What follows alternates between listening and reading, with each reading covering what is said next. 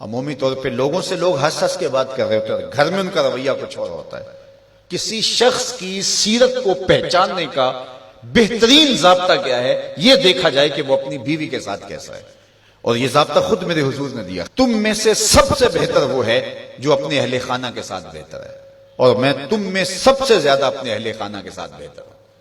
جب حضور کا وصال ہوتا ہے تو 9 ازواج حضور کے نکاح میں تھی، کسی ایک کو بھی میرے حضور پہ شکایت نہیں تھی۔ یہ حضور کا انصاف، ان کو وقت دینا،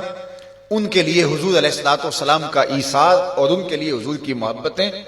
حضرت خدیجہ الکبریٰ رضی اللہ تعالی عنہا کا ذکر کرتے ہیں ان کے وصال کے بعد تو حضور کی آنکھیں چھلک پڑتی ہیں، اور جانور ذبح کرتے ہیں اور گوشت کے ٹکڑے ان کے سہیلیوں کے گھروں بھیجتے ہیں۔ حضرت عائشہ رضی اللہ تعالیٰ عنہ فرماتی ہیں میرا ان سے جو رشتہ تھا تو مجھ سے نہ رہا گیا، میں نے ایک دن کہہ دیا حضور آپ اس بوڑھی عورت کا ذکر نہیں چھوڑتے، بڑھاپے کی وجہ سے جس کے ہونٹوں کے گوشے بھی رنگ بدل گئے تھے۔ تو حضور علیہ السلام کے چہرے پہ جلال آیا، فرمایا عائشہ تم مجھے خدیجہ کے بارے تکلیف نہ دو، جب پورے مکے نے میرا انکار کیا تھا اس نے میرا اقرار کیا تھا، میں اس کا ذکر کیسے چھوڑ سکتا ہوں۔ اور حضرت عائشہ رضی اللہ تعالی عنہا فرماتی ہیں کہ حضور تشریف لائے اور میں آپ خورے میں پانی پی رہی تھی، تو حضور نے مجھے دیکھا تو دور سے کہا عائشہ تھوڑا سا پانی میرے لیے بھی چھوڑنا۔ تو فرماتی ہے میں نے پانی چھوڑ دیا، حضور نے میرے ہاتھ سے آب خورا لیا، پینے لگے تو پھر رک گئے اور میرے سے مخاطبہ کرتے ہوئے کہا حمیرہ، یہ حضور لاڈ سے نے کہا کرتے تھے، حمیرہ ذرا بتانا تم نے ہونٹ کہاں لگائے تھے، میں وہاں ہونٹ رکھ کے پانی پینا چاہتا ہوں، مجھے یہ بتاؤ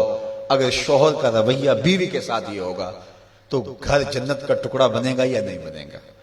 تو تم میں سے بہتر وہ ہے جو اپنے اہل خانہ کے ساتھ بہتر ہے۔ سب سے پہلے آپ کے اہل خانہ آتے ہیں، آپ کے ماں باپ آتے ہیں، آپ کے بہن بھائی آتے ہیں، پھر کلاس فیلوز آتے ہیں، اساتذہ آتے ہیں، یہاں سے ہمارا رویہ خوبصورت ہونا شروع ہو۔ ہم نے دیکھا ہے کہ لوگوں کے ساتھ بڑے اچھے رویے، ماں باپ کے گستاخ ہوتے ہیں، ماں باپ کے بے ادب ہوتے ہیں، دکان پہ گاہک سے ہنس ہنس کے بات کر رہے ہوتے ہیں، لیکن بہن بھائیوں کے ساتھ رویہ تلخ ہوتا ہے، بیوی کے سامنے جا کے فرعون بن جاتے ہیں، ماں باپ کے سامنے جو ہے ان کے رویے کی تلخی ہوتی ہے۔ سارا دن جی ہمارا پیشہ ایسا ہے لوگوں سے ہنس ہنس کے بات کرنی ہے، لیکن جن سے آپ ہنس کے بولیں گے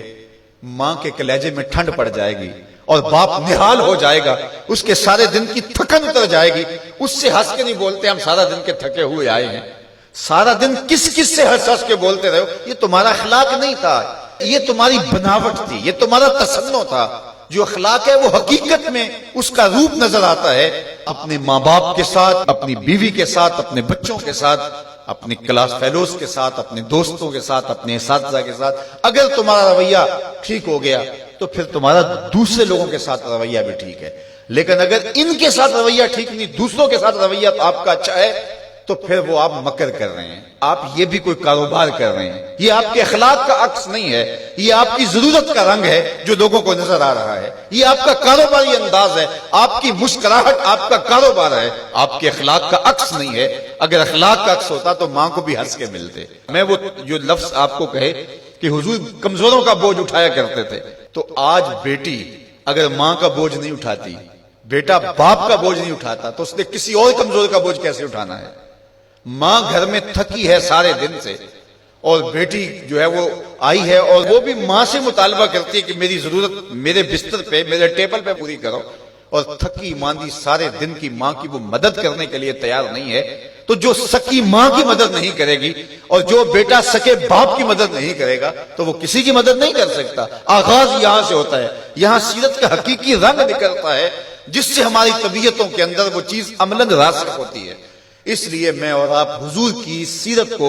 اپنی روح کے اندر اصل طور پہ اتاریں اور وہ ہمارا جزو لا ینفک بن جائے، وہ ہماری فطرت ثانیہ بن جائے، وہ ہماری عادت کا حصہ بن جائے، اور وہ خوشی اور وہ مسکراہٹ جو محض کاروبار کے لیے اور عادت کے لیے نہ ہو بلکہ انسان کی طبع کا حصہ ہو، وہ آپ کے غم غلط کرے گی، وہ آپ کو طمانیت قلب دے گی، وہ آپ کو قرار باطن عطا کرے گی۔ ویسے ہنس ہنس کے بولیں تو وہ ایک مکر ہوگا، اس سے تو جبڑے تھک جائیں گے، اس سے تو جو ہے وہ آپ کو کچھ فائدہ ہونے والا نہیں ہے۔ تو آئیے میں اور آپ اپنے آپ کو حقیقی عملی زندگی کی طرف لے جائیں۔